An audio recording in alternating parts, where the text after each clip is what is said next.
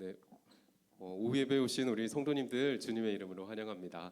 우리 함께 기도하는 마음으로 우리 교회가 이런 교회가 되게 해달라고 하나님께 간절히 기도하는 마음으로 이 찬양을 함께 했으면 좋겠는데요. 이런 교회가 되게 하소서 함께 기도하는 마음으로 찬양하시겠습니다.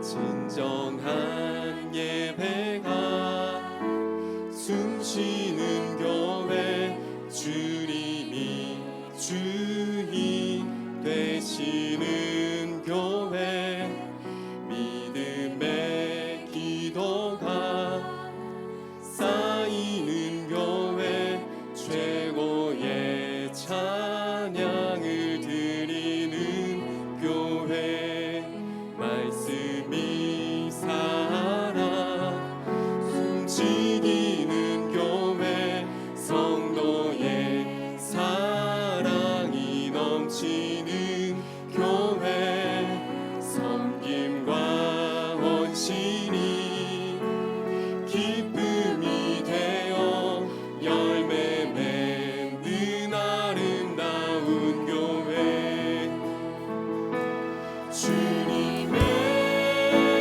마음 닮아서 이웃을 사랑하는 교회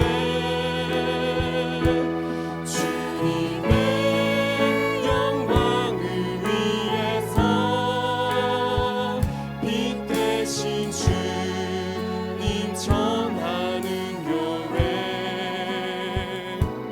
사랑의 불꽃이 활짝 피어나 날마다 사랑에 빠지는 교회 주께서 사랑하는 우리 교회가 이런 교회 되게 하소서. 주님의 마음 닮아서 주님의 마음 닮아서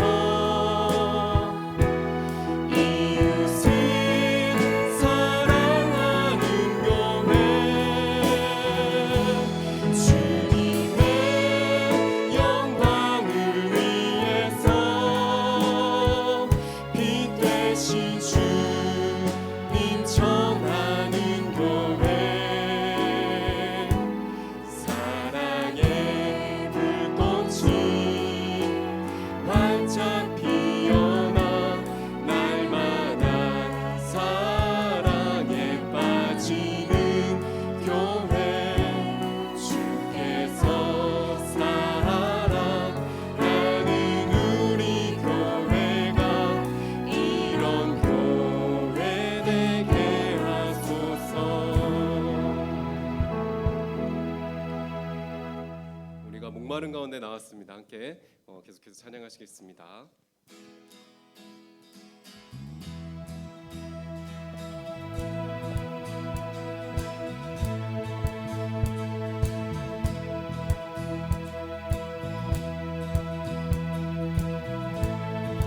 목마른 자들아 목마른 자들아 한 번 더 목마른 자들아 목마른 자들아 목마른 자들아 목마른 자들아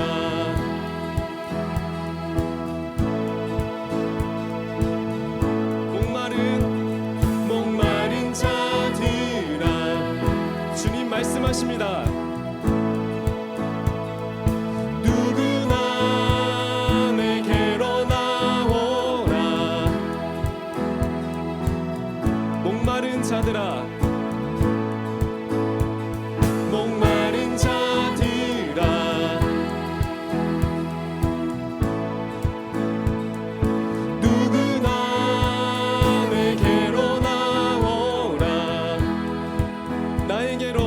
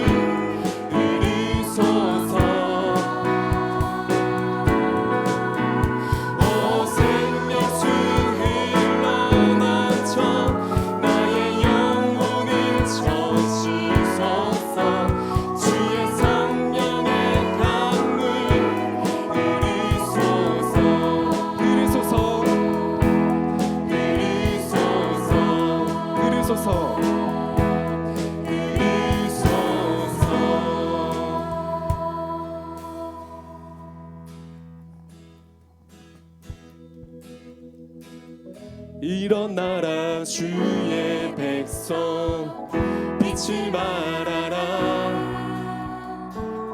주가 너의 영광으로 임하시리라 일어나라 주의 백성 일어나라 주의 백성 빛을 발하라 주가 너의 영광으로 임하시리라 온 세상이 어둠 속에 헤매고 있지만 주가 너와 함께 계셔 회복을 명하리라 일어나라 빛을 발하라 만 백성이 너의 빛을 보고 사방에서 나오네 일어나라 빛을 발하라 만 백성이 자유함을 얻어 기뻐하는도다 다시 한번 일어나라 주의 백성 일어나라 주의 백성 빛을 발하라 주가 너의 영광으로 임하시리라 온 세상이 어둠 속에 헤매고 있지만 주가 너와 함께 계셔 회복을 명하리라 일어나라 빛을 발하라 만 백성이 너의 빛을 보고 사방에서 나오네 일어나라 빛을 발하라 만 백성이 자유함을 얻어 기뻐 일어나라 빛을 발하라 빛을 발하라 만 백성이 너의 빛을 보고 사방에서 나오네 일어나라 빛을 발하라 만 백성이 자유함을 얻어 기뻐하는도다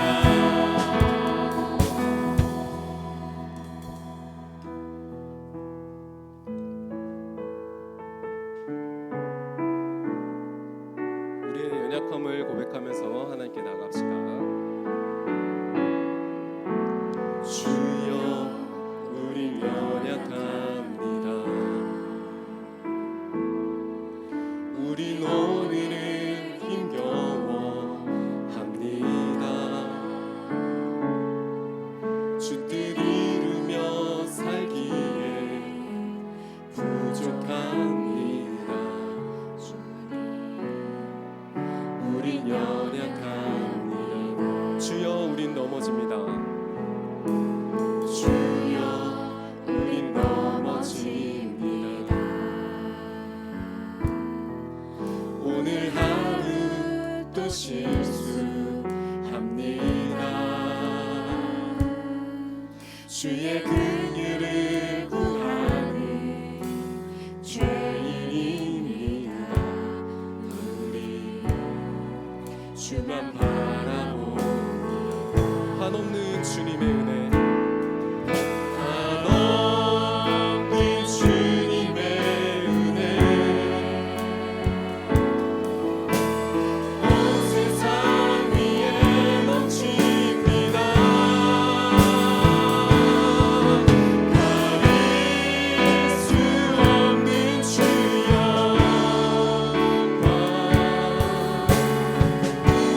온 땅 위에 충만하시네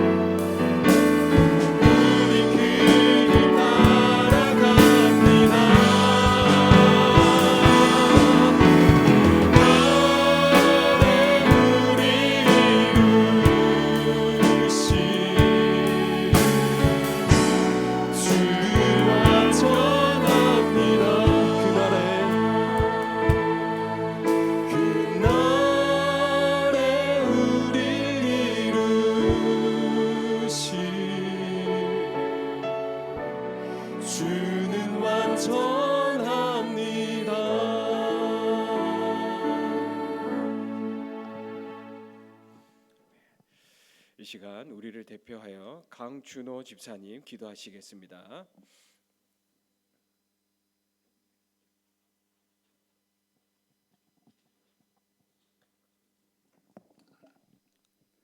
사랑의 주님, 새벽부터 이 시간까지 말씀으로 믿음을 다하여 주시고 아멘. 주님. 성전에 모여 예배를 드릴 수 있는 특권을 주심을 감사드리며 아멘. 이 시간 마음과 정성을 다해 주님을 경배할 수 있도록 인도하여 주시옵소서. 아멘.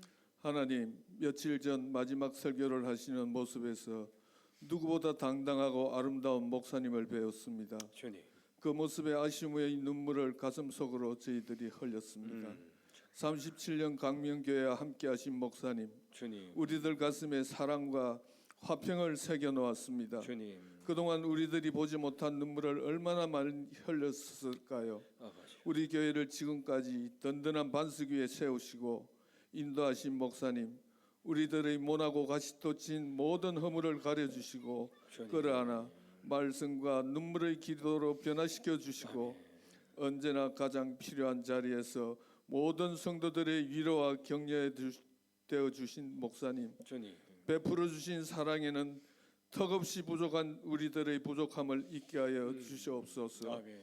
함께했던 날보다 내일이 더욱 빛날 일들만 있으시길 간구합니다. 아멘. 앞으로의 여정이 아름답고 행복한 순간들만 있으시도록 인도하여 주시옵소서. 아멘. 목사님을 그림자처럼 도우시며 아멘. 성도들의 모범이 되신 사모님, 주님. 항상 웃으시며 반겨주시던 모습, 주님. 이별의 아픈 마음을 어루만져 주시고 아멘. 위로하여 주시옵소서. 아멘. 강건함으로 지켜주시고 아멘. 평강을 주시옵소서. 주님. 아멘. 좋은 목사님 보내주셔서 감사합니다. 낯설고 물설은 외지입니다. 속히 정들게 하시고 아멘. 안정된 정착하게 하셔서 아멘.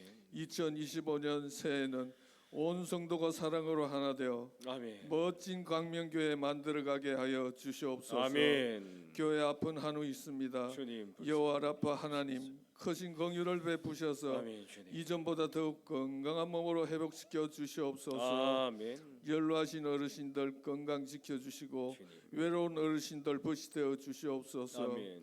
저희가 이 땅에 살아있는 동안 성령의 사람으로 살아갈 수 있기를 원합니다. 주님. 날마다 육신을 쳐서 복종시켜 영의 생각으로 육의 소욕을 이기게 하여 주시옵소서. 아멘. 오늘 말씀을 전하실 목사님 성령의 능력으로 붙들어 주님. 주셔서 의지하- 은혜의 말씀을 선포하게 하셔서 아멘. 말씀으로 변화된 저희들 주님께 더욱 가까이 나아갈 수 있도록 인도하여 주시옵소서. 아멘. 감사드리며 예수님의 이름으로 기도드립니다. 아멘. 아멘. 주님 감사합니다. 말씀하여 주시옵소서.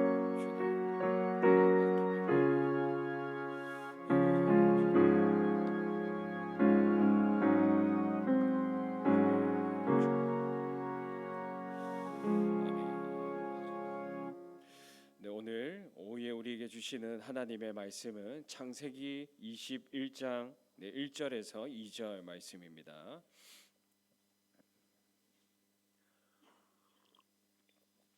창세기 21장 1절에서 2절 말씀.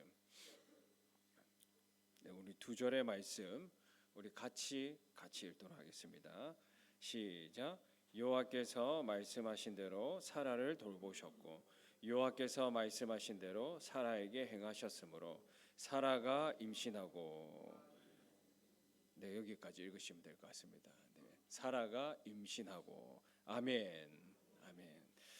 네, 사람의 생명력은 사람의 성장과 사람의 성숙하는 데 있는 것 같습니다. 성숙해지려면 익숙함과 결별하라라는 말이 있습니다. 익숙함과 결별하고 익숙하지 않은 것을 접할 때 사람 안에서 이 비약적인 발전, 성숙이 있습니다. 작가이자 목사인 존 맥스웰이 이런 말을 했습니다. 우리는 익숙함에서 벗어날 때 비로소 성장한다. 네, 조지 에디어도 비슷한 말을 했는데 모든 성장은 불편한 영역에서 이루어진다. 네, PT 바넘도 편안함은 진보의 적이다라고 말했습니다. 그러나 대부분의 사람들은 이 익숙함과 결별해서 성숙해지기보다는 이 익숙함에 머물려고 합니다. 왜냐하면 그 익숙함이 편하기 때문인데, 대신에 익숙하지 않은 것을 통해서 깨지고 다듬어지는 이런 성장, 성숙함을 보상받지는 못합니다. 늘 그 자리에 있는 거죠. 편안하기는 하지만 성장이 없는, 성숙이 없는. 어떤 생명이든 이 익숙한 자리에서 익숙하지 않는 자리로 가면 몸살을 앓습니다. 식물도 그렇고 동물도 그렇습니다. 이 화초도 분갈이를 하면 이 며칠 동안 몸살을 앓는다고 합니다. 우리 사람도 그렇죠. 이직을 하고 또 새로운 곳을 가면 바짝 긴장을 해서 이 몸살을 앓기도 합니다. 뭐 새로운 개념이나 철학을 접할 때도 그런 것 같습니다. 몸이 확 달아오르죠. 우리가 이사를 해도 그런데 요즘은 이삿짐 업체에서 포장 이사를 잘 해주죠.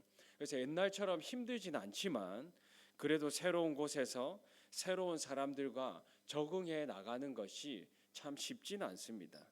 그러나 분명 이 분갈이를 하고 이직을 하고 이사를 하고 또 새로운 관계를 설정하면 그 가운데 우리 삶이 조금은 도약합니다. 깨지고 부서지고 다듬어지면서 내가 지금까지 경험하지 못했던 그 세계를 받아들이면서 성숙하고 성장하는 거죠.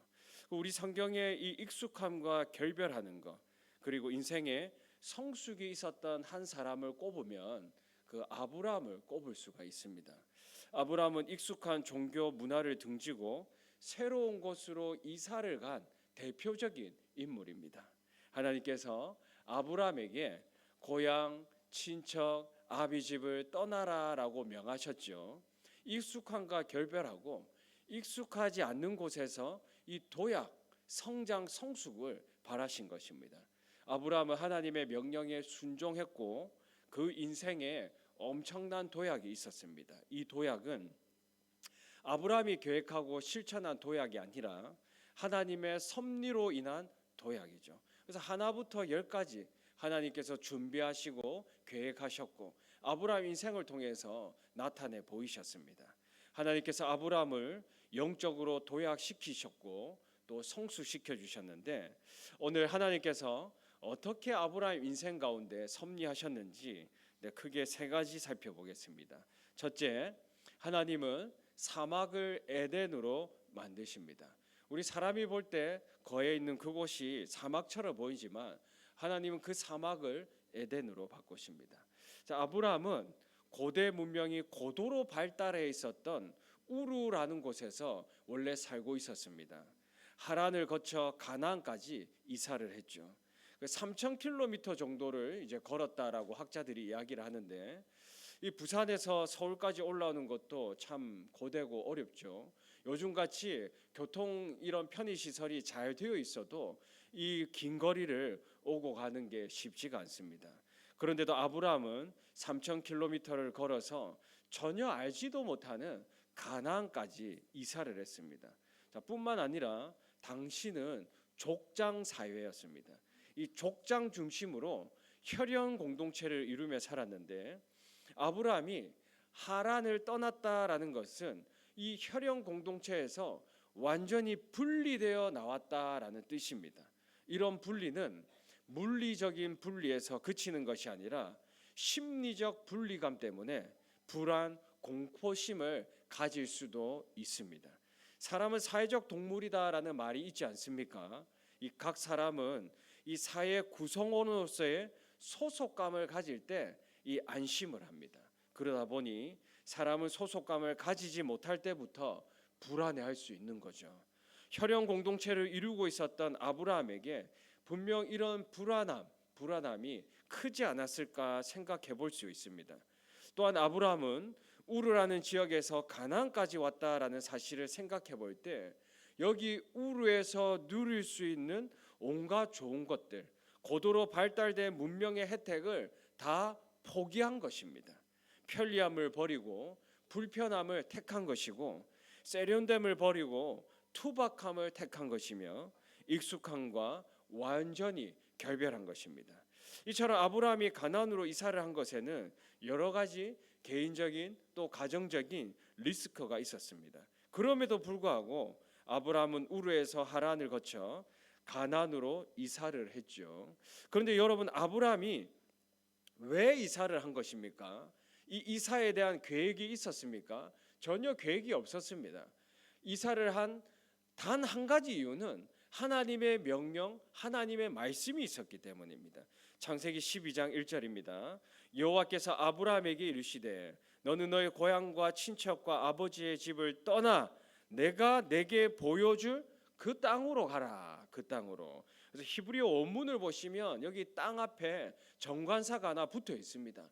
그래서 하나님께서 준비하신 그 땅으로 가라라고 말씀을 하신 거죠.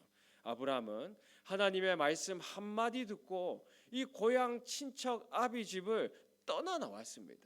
미지의 세계 가나안으로 이사를 했죠. 이 히브리서 말씀을 보시면 이렇게 이사한 아브라함을 두고 아주 기가 막히게 표현을 합니다. 히브리서 11장 8절입니다. 믿음으로 아브라함은 부르심을 받았을 때에 순종했다 말씀을 하고 장래 유업을 받을 그 땅에 나아가 있어 갈 바를 알지 못하고 나아갔으며라고 말씀을 합니다. 아브라함은 갈 바를 알지 못했지만 가나안으로 이사했습니다. 불확실하지만 불명확했지만 하나님께서 가라 하셔서 모든 리스크는 접어두고 가나안으로 이사한 것입니다. 그런데 여러분, 이 가나안이 어떤 곳입니까? 하나님의 말씀대로 젖과 꿀이 흐르는 땅이었습니까? 그렇지 않습니다. 아브라함이 도착한 가나안 땅은 광야와 같은 땅이었고 사막이었습니다. 자, 창세기 12장 8절 보시면 거기서 베델 동쪽 산으로 옮겨 장막을 치니 서쪽은 베델이요 동쪽은 아이라. 그가 그곳에서 여호와께 제단을 쌓고 여호와의 이름을 부르더니라고 말씀을 합니다. 여기 말씀을 보시면 아브라함이 제단을 쌓고 여호와의 이름을 부른 곳이 베델 동쪽 산이었다라고 말씀을 하고 있죠. 학자들에 따르면 이곳은 해발 800m의 위치에 있었고 나무 한 그루 없는 광야, 돌무더기밖에 없는 광야였습니다. 농사를 지을 수도 없고 목초지가 없어서 가축을 키울 수도 없는 땅, 그러니까 한마디로 아주 형편없는 땅이었습니다. 하나님이 인도하신 땅이 바로 그 땅이 준비하신 땅이 이런 땅이었다. 이 땅이 하나님께서 창세기 12장 초반에 내가 너에게 보여줄 땅이 있다 했던 그 땅이었습니다. 하나님께서 광야 사막으로 아브라함을 데리고 오신 것이죠. 3,000km나 걷게 하신 겁니다. 심지어 아브라함이 가나안 땅에 도착했을 때 그 땅에 기근이 아주 심했습니다. 어떻게 이런 일이 있을 수가 있습니까? 하나님 말씀 붙들고 여기까지 왔는데 기근이 심했다라고 말씀을 합니다. 창세기 12장 10절입니다.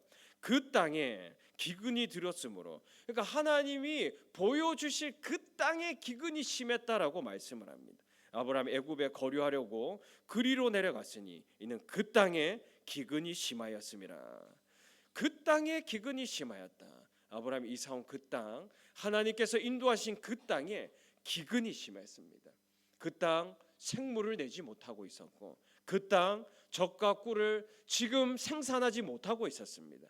그 땅 저주를 받아 엉겅퀴를 내고 있었고 그 땅에 있던 사람들은 고통하고 이주해야 될 정도로 그 땅은 고통 속에 있었습니다. 그런데 여러분, 하나님이 왜 이런 땅으로 아브라함을 인도하신 것일까요? 힌트는 땅입니다. 땅을 변화시키려는 목적이 있으셨던 거죠. 있는 것이라고는 돌무더기밖에 없는 그 땅을 하나님의 나라로 건설하려고 하셨던 것입니다. 저주받은 땅이죠. 저주받아 병들어 엉겅퀴만 내고 있는 그 땅을 생명의 땅으로 바꾸시기 위해서 아브라함을 이 우르에서 핀셋으로 찝어서 이 땅으로 옮기신 것입니다. 약속의 땅으로 보내신 것이고 바로 그 땅을, 아무것도 없는 그 땅을 아주 부유한 땅으로, 에덴으로 만들려고 하신 것입니다. 하나님은 아브라함이 이 일을 감당하기를 바라신 거죠. 아브라함을 믿어주신 겁니다. 이 아이면, 이 아브라함이면, 내가 핀셋으로 찝어서 여기 옮기면 이 모든 일을 감당할 수 있겠다라고 생각을 하셨던 것입니다. 아브라함을 통해서 하늘의 복이 땅으로 흘러가 병든 그 땅을 회복시켜 젖과 꿀이 흐르는 땅으로 만들고 바로 그 땅을 하나님 나라를 만들어 나가는 그런 놀라운 일들을 하나님이 하시길 원하셨던 것입니다. 이것이 바로 아브라함 인생의 도약입니다.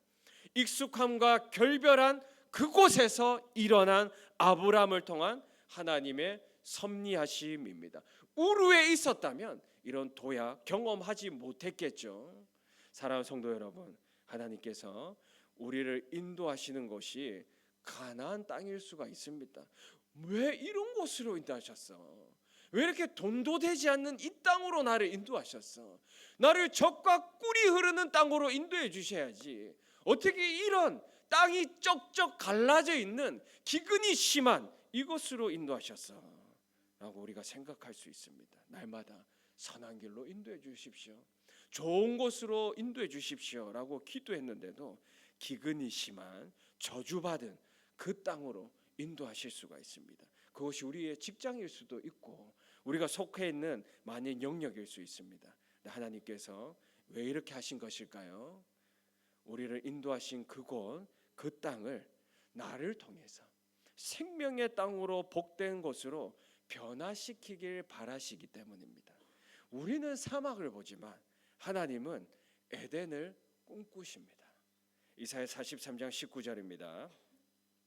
보라, 내가 새 일을 행하리니 이제 나타낼 것이라 너희가 그것을 알지 못하겠느냐. 반드시 내가 광야의 길을 사막의 강을 내리니 말씀을 합니다. 사랑하는 성도 여러분, 하나님께서 반드시 광야의 길을 내고 사막의 강을 내시는데 나를 통해서 그 일들을 하십니다. 아브라함과 나를 통해서, 우리를 통해서 이런 새 일을 행하십니다. 기대가 되지 않으십니까? 우리가 지금 인도함 받은 것이 그 땅이 사막이고 광야며 기근이 심한 땅이라고 해도 하나님께서 우리에게 복을 주시고 그 복을 흘려보내서 그 땅을 하나님 나라로 에덴 동산과 같은 곳으로 만들어 가십니다. 그러므로 받은 복을 우리가 움켜쥐고 있으면 안 됩니다. 받은 복을 계속 흘려보내야 합니다. 복의 마중물이 돼야 되죠. 은혜의 통로로서의 역할을 감당해 나갈 때 우리가 서 있는 그 땅이 기근의 땅이다 할지라도 아주 생명이 풍성한 땅으로 바뀌는 것입니다. 이것이 우리에게는 예상치 못한 기가 막힌 인생의 도약이 될 것입니다. 그래서 하나님께서 우리 여러분들을 광야, 아주 불편한 곳으로 인도하셔도 이곳을 에덴으로 만들려고 하시는 보다 이 악한 사람들 가득한 이 직장을 하나님 기뻐하시는 하나님 나라를 만들어 가시려고 나를 이곳에 파송시켜 주셨구나, 이렇게 생각을 하시고 기대가 되시지 않습니까? 그렇죠? 이렇게 믿으시고 익숙함과 결별하는 것에 용기를 가지시는 우리 성도님들 되시기를 축복합니다. 아멘. 둘째, 하나님은 약함을 강함으로 만드십니다. 아브라함이 하란을 떠나서 가나안으로 이사 온 나이가 몇 살이었습니까? 네. 아시는데 말씀 안 하시죠? 네. 75세였습니다. 75세에 고향 친척 아비집을 떠났고 가나안 땅에 이르게 되었습니다. 이렇게 멀고 먼 타지까지 오게 된 것은 하나님의 명령이 있었고 또 하나님의 약속이 있었습니다. 약속 붙들고 온 거죠. 자, 하나님께서 아브라함에게 몇 가지 약속을 해주셨습니까?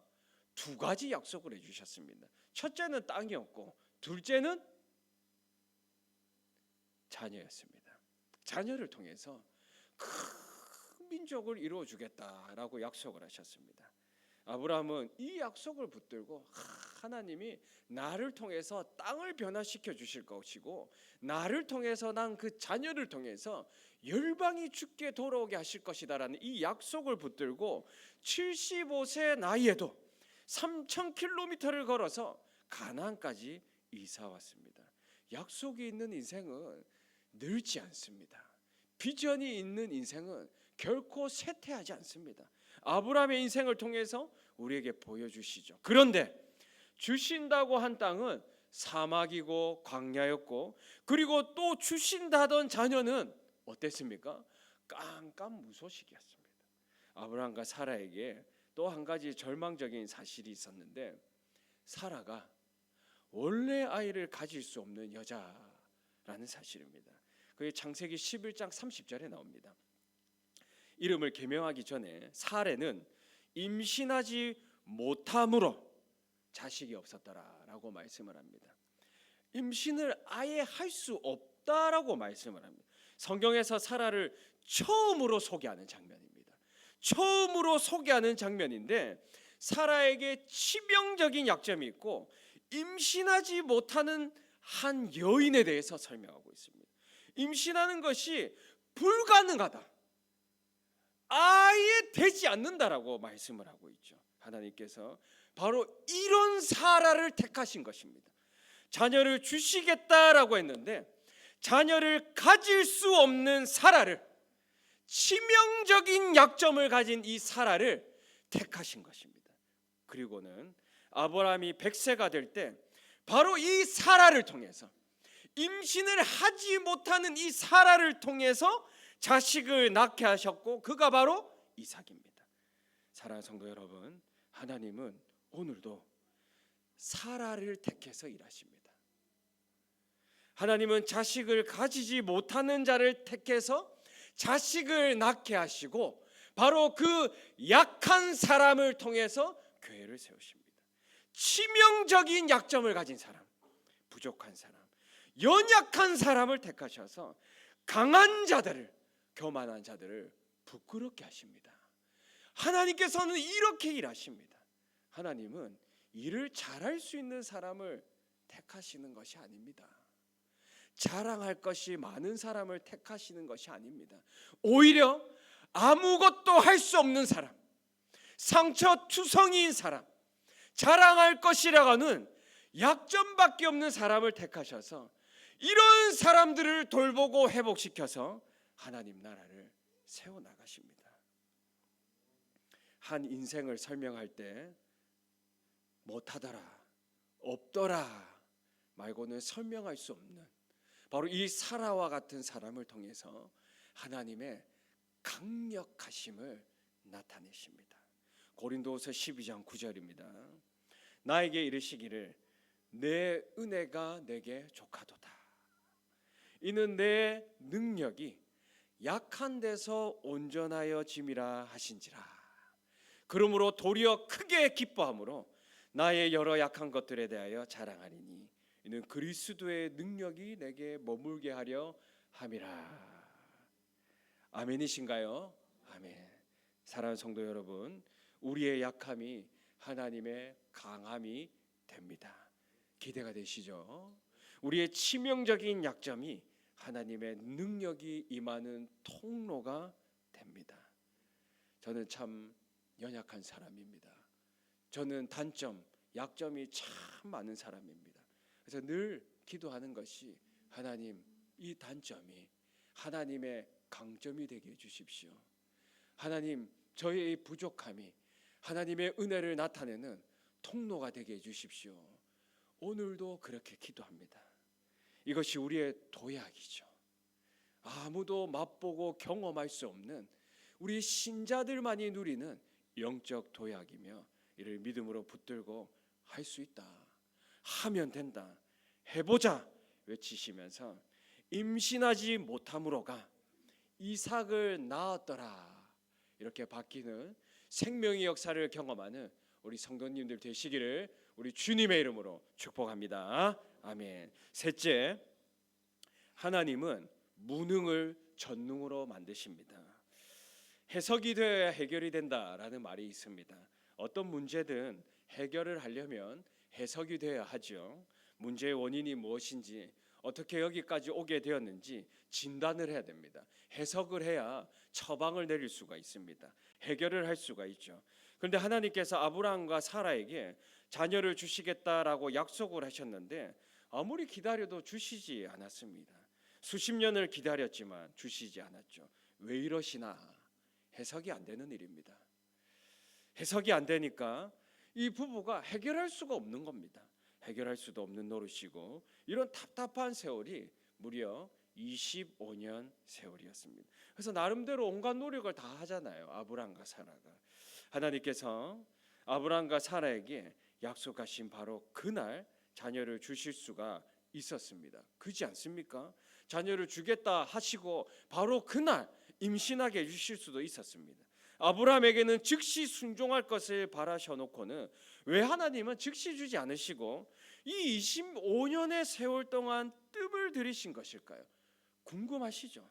아브라함에게 75세 때 약속을 주시고 왜 100세가 되었을 때 아들 이삭을 낳게 하셨을까요? 그 힌트가 로마서 4장 19절 말씀에 나옵니다. 놀라운 말씀입니다. 자, 이렇게 말씀을 합니다. 그가 100세나 되어 자기 몸이 죽은 것 같고 사라의 태가 죽은 것 같음을 알고도 믿음이 약하여지지 아니하고 라고 말씀을 합니다. 죽음과 믿음이 같이 놓여져 있습니다. 자기 몸이 죽은 것 같고 태가 죽은 것 같음을 알고도 하나님께서 이 죽음의 깨달음, 이 깨달음을 기다리신 것입니다. 아브람과 사라의 죽음, 아브람과 사라가 인간적인 노력으로는 절대로 자식을 가질 수 없다라고 느끼는 바로 그때를 기다리신 것입니다. 아브람과 사라가 25년 세월 동안 이런저런 인간적 노력을 하지 않았습니까? 그죠? 이제 두 손 두 발 다 들은 겁니다. 더 이상 손 쓸 수 없는 주님, 우리가 죽게 되었다라는 걸 알게 되었습니다. 더 이상 어찌 해볼 수 없는 모든 것이 멈추고 죽어버린 철저히 무능해지는 그 순간까지 하나님께서 기다리시다가 그 시기가 25년이었던 겁니다. 하나님의 시기에 사라의 태를 활짝 열어주신 것입니다. 이를 창세기 21장 1절과 2절에서는 다음과 같이 말씀을 합니다.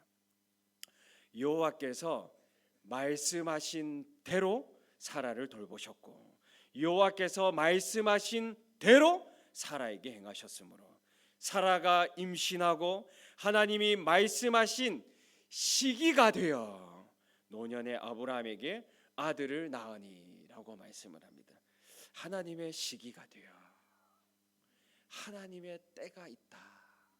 하나님께서 사라를 돌보셨고 하나님께서 사라에게 능력을 행하셨죠. 이 시기는 아브라함과 사라가 죽은 것 같이 되었을 때입니다. 아브라함이 100세 때, 사라가 임신하지 못할 때, 그들이 죽은 것 같이 되었을 때, 그 어떤 것도 할 수 없다라고 생각하는 그때, 바로 그때가 하나님이 일하는 시기였고 하나님께서 역사하시기를 시작하신 때였습니다. 예배 소품이라는 책이 있습니다. 이 책에 이런 말이 있습니다. 하나님은 우리에게 영웅적인 존재가 되라는 이야기 대신 그들의 연약한 모습을 낱낱이 공개하시며 우리가 하나님이 필요한 존재임을 설득하십니다 라고 되어 있습니다.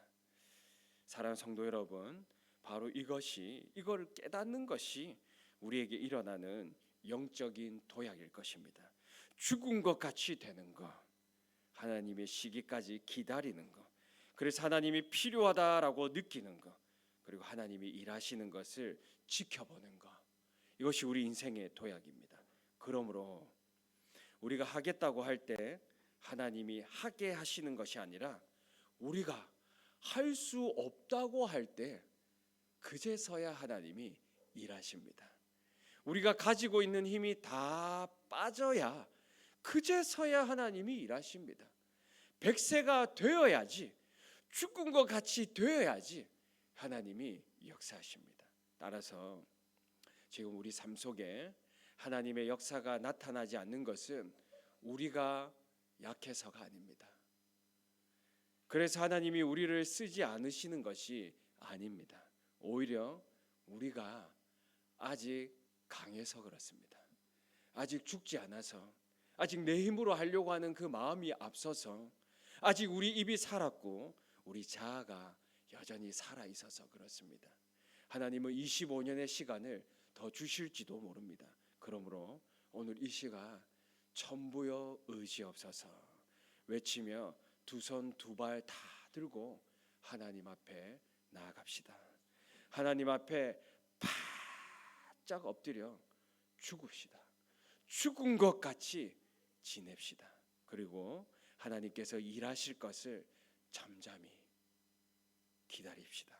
그럴 때 하나님께서 말씀하신 대로 우리를 돌보시고 말씀하신 대로 우리 인생 가운데 놀라운 일을 행하실 것이고 이것이 우리 삶 가운데 엄청난 비약, 도약이 될 것입니다.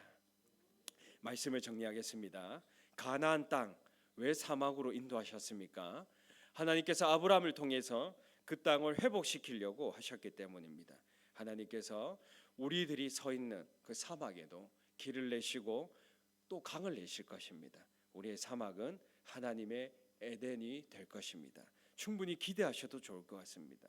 또 왜 사라였습니까? 하나님은 약한 자를 사용하시기를 즐거워하십니다. 하나님께서 약한 우리를 사용하셔서 강한 자들을, 교만한 자들을 부끄럽게 하십니다. 닫힌 태를 여시고 우리의 약함이 하나님의 강하심을 나타내는 바로 그 시작점이 될 것입니다. 왜 25년의 세월이 필요했습니까? 하나님 편에 필요한 시간이 아니었습니다. 우리에게 필요한 시간이 25년이었습니다. 죽음과 같이 되는 시간이 필요했기 때문이고 그 순간에도 믿음을 만들어 나갈 수 있는 그 시간이 필요했습니다. 하나님 우리가 두 손 두 발 들 때 하나님이 일하십니다. 우리의 무능함이 하나님의 전능하심을 드러내는 놀라운 통로가 될 것입니다. 사랑하는 성도 여러분, 이 모든 것은 익숙함에서 떠날 때 일어났습니다. 하나님께서 우리 성도님들을 익숙하지 않은 곳 그곳으로 가라고 하실 때 이런 멋진 도약이 있을 것이다 라고 꼭 믿으시고 갈 바를 알지 못하지만 믿음으로 나아가는 우리 모든 성도님들 되시기를 그래서 한 주간 말씀 가운데 승리하시는 우리 성도님들 되시기를 우리 주님의 이름으로 축복합니다. 아멘. 기도합시다. 복된 주일, 거룩한 주일을 우리 모두에게 허락해 주셔서 감사합니다. 우리가 하나님께 예배드릴 수 있도록 우리 발걸음을 예배당으로 또 이 오후에 인도해 주셔서 감사합니다. 오늘 들은 말씀이 우리 심령에 잘 박힌 목과 같이 박히게 하시고 그로 인해서 하나님의 새 일 행하실 것을 기대하고 기도하며 기다리게 하소서. 익숙함과 결별하게 하시고 하나님이 이와 같이 인도하실 때 순종하며 나아가게 하심. 불편함 속의 진보를 익숙하지 않은 곳에서 도약이 일어나게 하여 주옵소서. 우리가 서 있는 바로 지금 이곳이 광야고 사막이다 할지라도 우리를 통해서 하늘의 복이 흘러가게 하셔서 바로 그곳에 길이 나고 강이 나게 하셔서 에덴과 같은 곳이 되게 하여 주옵소서. 우리의 약함을 오늘 자랑합니다. 우리의 부족함을 자랑합니다. 우리의 약함과 부족함이 하나님의 강함이 되고 하나님의 채우심이 되게 하여 주옵소서. 우리 자아가 죽어가는 25년 세월 속에 있습니다. 참 아프고 고통스럽습니다. 하지만 그 가운데서 하나님의 일으켜 세우심을 경험하게 하여 주옵소서. 우리의 무능함이 하나님의 전능하심이 되게 하여 주시고 우리의 죽음이 하나님의 생명이 나타나는 통로가 되게 하여 주시옵소서. 새로운 한 주 기도하며 묻고 말씀으로 답을 찾고 찬양하며 영광 돌리게 하여 주시옵소서. 감사를 드리며 예수님 이름으로 간절히 기도합니다. 아멘. 주기도문 하시겠습니다. 하늘에 계신 우리 아버지, 아버지의 이름을 거룩하게 하시며 아버지의 나라가 오게 하시며 아버지의 뜻이 하늘에서와 같이 땅에서도 이루어지게 하소서. 오늘 우리에게 일용할 양식을 주시고 우리가 우리에게 잘못한 사람을 용서하여 준 것 같이 우리 죄를 용서하여 주시고 우리를 시험에 빠지지 않게 하시고 악에서 구하소서. 나라와 권능과 영광이 영원히 아버지의 것입니다. 아멘.